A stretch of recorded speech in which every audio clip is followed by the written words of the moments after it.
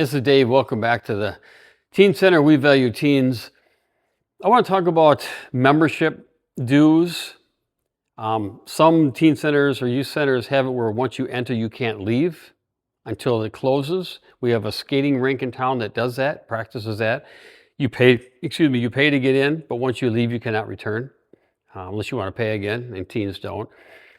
And so we have no fees. All the games are free at the Teen Center. Entry is free. They're able to come and go as they please because that works in our community. That might not work in your community, so you need to know kind of what is out there, what supervision needs to look like, and what parental expectations are for you. So our parents, I've gotten some angry phone calls over the years because parents dropped their young people off at the Teen Center and then they left. They went to the local park, or they went to the dark place of the town. We have a pond not too far, about a block away, and we can't supervise that. We're not responsible for that. We can only supervise what we can see within the teen center, and we have some cameras around the outside of the building. We're not responsible for everything that happens elsewhere. Parents hold us responsible because they drop the kids off here. So if your parents in your neighborhood are expecting their kids to be at the teen center, know that you might have to have a membership card, or you might have to have a policy where once they leave, they can't come back in. But we don't have that because most of our kids are walking here and walking back home. So they're already given free reign around town from their parents. Some do get dropped off, and some parents tell me and leave me their phone number. Please do not let this teen leave. Please call me if this teen leaves, or sometimes please call me if this teen shows up because they haven't been home for a while. And of course, we always want to facilitate those types of relationships. Our greatest relationships are with the parents because those parents are the ones who truly support us, encourage us, and are happy that we're here for their young people. But we can't serve every young person if they're not here.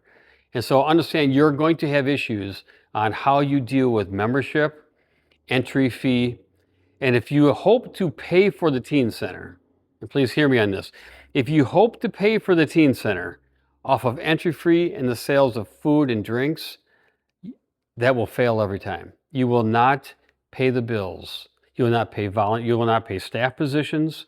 You will not make enough money to even pay the rent. If you rent the facility, you will not have enough money to pay utilities, internet coverage, or any of those things. So please know that if you don't have outside sources of funding already ahead of time, it's going to be very difficult to keep your teen center running. And the average teen center lasts 6 months. My wife and I have done tremendous research in this area. We've been doing it for 33 years, and we realized that the average teen center lasts 6 months from when they plan to open their doors to when they close their doors forever. It's very difficult if you have an expectation that teens are going to come with money to buy stuff and they're going to love your teen center just the way you created it without their input, and they're going to hang out there. And even if you accept their input and they have a part of the creation process, if their friends are not coming here, if the people that they have outside relationships with are not joining them at the teen center when you're open, they're not going to show up for long because they want to be with their people. They want to be with their friend group. And that's the hardest thing is, how do you structure things so that you're attractive to friend groups? And sometimes you just can't do it right, and you might always do it wrong. We've noticed this, and I'll close with this. For 33 years, about every 4 years, we start with 20, 30 teens, and then that drops off to about 20 to 15. And in the wintertime is our busiest time, and the summers the slowest time. And for 33 years, that's never changed. Summers are slow, winters are busy. In the summer, they just want to be. I know they're out of school, but that does not make them want to come to a teen center. It makes them want to be outside running around in parks and places like that. But in the wintertime, they do congregate together and they want to be together. And the busiest time for us has always been winter. But it'll go 3 years, 4 years, and then we're down to 10 to 15 people, even our busiest time. And in the early years, we wondered, what are we doing wrong? And then for no reason, it went back up like this, 20, 30 teens. And then it would drop back off in about 4 years. And then for a while there, we had 70 teens for 8, 9 months straight. I mean, there was almost no rest. We thought, wow, I don't know what we did, but let's keep doing it. And then they were gone. And it was 10 to 15 teens for 2 or 3 years. And then we realized, oh, that's just the cycle. That's just the way it's going to be.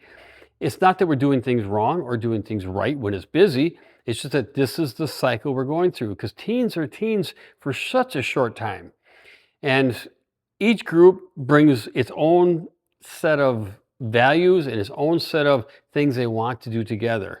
And you might not be providing what that group wants, but you may be providing exactly what this other group wants. And so don't think it's always you're doing something wrong. You need to change everything you're doing. You got to play the long game. In the long game, sometimes you won't know for 2 or 3 years. But be faithful. Be faithful to those who are coming, and you'll find that this is a trend that you eventually get used to, and you kind of look forward to the valleys because it gives you a break from the commotion and the volume, the sheer volume. And if you watch some of the videos, and some I'll just post out there with just the volume, you realize, wow, you do need a break from that. And I'll post those videos on the volume because you need to know what you're getting into. You can't tell teens just to shh, quiet down, because they're there to be young and to be alive, and allow them that opportunity. Allow them that freedom, because that's what they want, that's what they need.